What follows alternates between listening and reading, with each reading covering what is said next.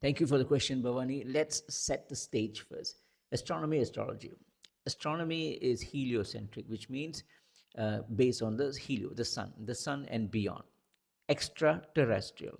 And then you have astrology, which is geocentric, is based on the Earth's or terrestrial influences, whatever's going on out there in space, and how it affects us as human beings on Earth, geocentric. Now, why I'm saying this is because the actual definition of retrograde is when a planet goes reverse.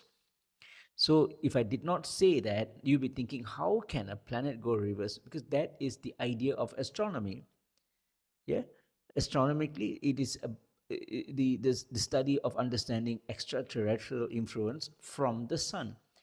Astrology is what we call as empirical, which means you observe something and you learn. You learn through observation. Like if there's a grahanam or if there is a certain lunar TD or lunar phase, and certain kind of a pattern is seen among human beings, that connection between the space and what's going on with human beings, that is an empirical view, because we will look at things, we learn by observation.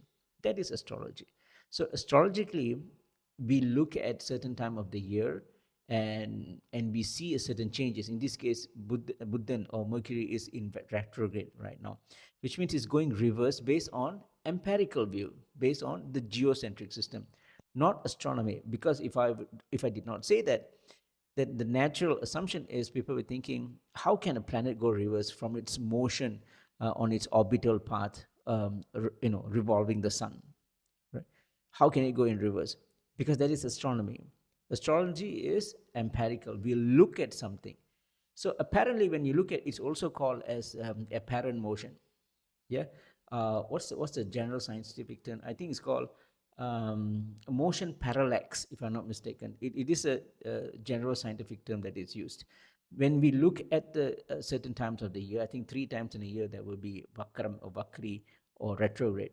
It seems like the planet is going reverse.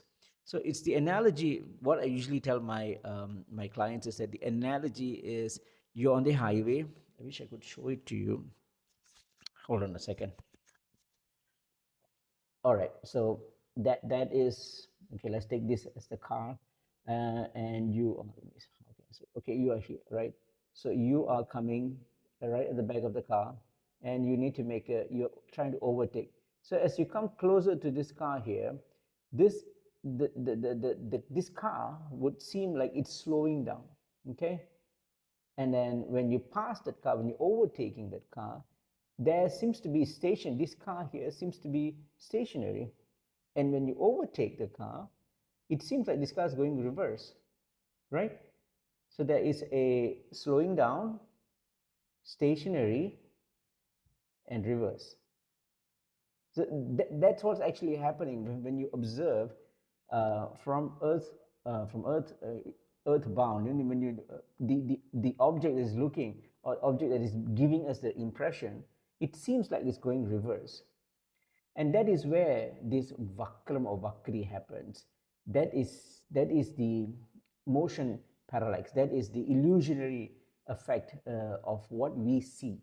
So during those particular times, certain things happen. I have already mentioned what are those things.